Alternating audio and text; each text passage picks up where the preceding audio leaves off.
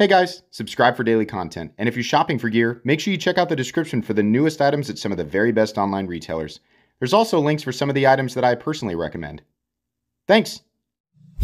What's going on YouTube? Metal Complex here, and today I've got another short little unboxing video to share with you guys. This one's a little bit of a mystery. So whenever I see this tape, it tells me it's most likely sent by Kai USA. I'm guessing there's a Kershaw in here. But I don't remember having a conversation with the Kai USA rep. So I have absolutely no idea what they sent me. I'm hoping it's a new product. Those are always exciting. Thanks so much to Kai USA for sending this in. Thanks to my patrons for supporting me. And please make sure to follow me on Instagram at metal_complex. It actually does say Kai USA on the shipping label. So I know that's who it's from. Yeah, you know, whatever it is, by the time you guys are seeing this, it will likely be available. Or that's usually the case. It's always hard to predict, right? Because they don't send me their release schedule. It says ZT. When is the last time I unboxed a brand new ZT? I literally cannot remember. Boy, it's been a while. That's not a heavy box. Which means I'm guessing whatever's in there is fairly light.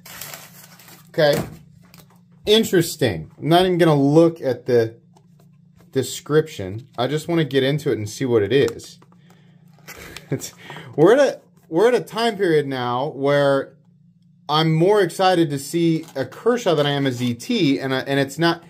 I've always been a fan of ZT, and some of my favorite knives from the past are zero tolerance knives, but I've become, a bit skeptical of the releases and things. So, what do we have?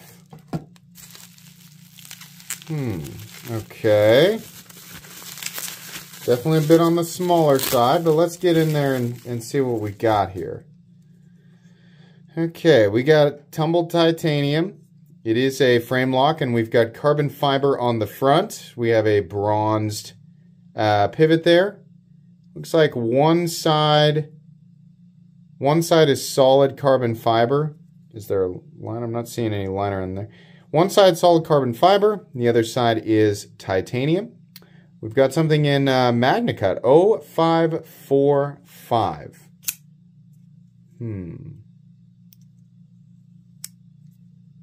It is definitely a titanium frame lock that is not assisted. Very thin. Detent's good. Typical ZT. Action's fine. Very lightweight. Serial number 28 and MagnaCut. I have no idea how this is heat treated. Now, these are, more premium, right? ZT, we see titanium. We see instead of steel, right? And then we've got MagnaCut here. Now, I have no idea what the price tag is, but handling this, it's fine, right? The machining on the titanium is good. Simple, but fine. Carbon fiber, again, simple, but it's good. Blade shape, fully flat ground, kind of like an elongated clip point, I guess if you want to call it. You can call it whatever you want. Pretty thin. Super duper lightweight EDC knife. No internal milling for the titanium, but I guess you could call these pockets in the outside that, right? So if the price tag is really low, then this is fine for a USA-made product. But in the last few years, it's like whenever we see something released from ZT, it's, it'd be great if the price tag was fairly low, right? And this is why. And this is speculation because of this exact moment. Obviously, after the video, I'm going to go look at the price tag. And I'll have this link down below so you guys can go and look at the price tag, right? But judging from the past, every time I see a USA Kershaw, I'm like, wow, that's a pretty great price. And the materials generally differ very slightly, right? No titanium. And titanium is expensive, and it's more expensive to machine for sure, right? It's periodically we see MagnaCut, oftentimes we see CPM 154, but the price that is reflected when we have a USA Kershaw product is generally well accepted, right? Oftentimes we see aluminum. whenever ZT makes something and there's titanium in it at all, I mean, I can tell you right now, just handling this, flipping it, there is no, there are no distinguishing factors in terms of execution and quality in this versus a US Kershaw, right? They feel the same. Outside of the materials, titanium is present here, right? I don't see a major reason for this knife to cost an enormous amount of money. Now, you know, if the price tag on this ends up being something like, you know, 150 to 170, okay. I'm really thinking that that might not be the case, but I don't know. It's a nice lightweight compact EDC, but I'm struggling to find any, you know, unique characteristics here. We have a pocket clip that can be mounted for left or right-handed carry, which is fine. It's a fine looking knife. It's certainly a profile that has been done before. Access to the lock bar is also good. Captive pivot, right? This is an in-house design marked by this little symbol right here. Yeah, that's all I can say at the moment. I'm going to carry this and use it and, you know, do a full review. And that review will absolutely include my thoughts on the price tag. So, as always, fingers crossed, but I don't have a lot of faith in, you know, this being priced the way that we want it to. Now, you know, is that evidence of a cash grab? No, I honestly think at this point that titanium and machining of titanium and having all of this done largely in the United States is so expensive now that it's created this impossible pricing scenario for companies trying to do this in the USA. So when USA companies are using materials like aluminum and G10 and steel and maybe a little bit of carbon fiber here and there, and then we've got, you know, steels like CPM 154. We can get those materials, as far as what I can tell, right, from being a reviewer and seeing all, like, so much of this stuff priced.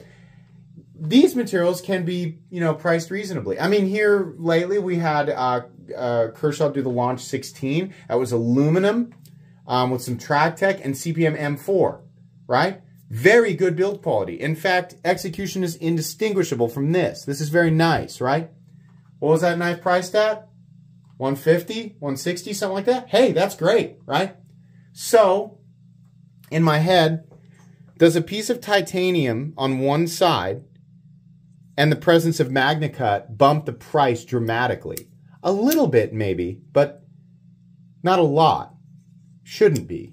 So, you know, if I find out that this is like a $260, $280 knife, well, you know, it's hard for me to get excited, right? Maybe that actually is. Maybe that ends up, maybe the amount of profit, the room that they leave themselves to make money on it is identical to, say, the Launch 16, right? Fine. But it's still really, it would still be very difficult to get excited about this knife, which I think maybe that's why companies like ZT are in such a hard place, right? Not to justify Benchmade's pricing, but maybe that's why Benchmade knives, you know, partially. All right, I don't know. I think there's even less justification for some of the Benchmade prices out there. Obviously, let's weigh this. This feels like it's going to come in under 2.5 ounces easily. Yeah, way under 2.05. So just over 2 ounces. How about we measure length here? Where is my measuring tape? It is not there. Oh, here it is. Overall length. Coming in less than 7.5, because the edge there is to the pocket clip, which is extra deep. Longer than the frame. 7.35 inches. Blade length is 3 1/8. Cutting edge is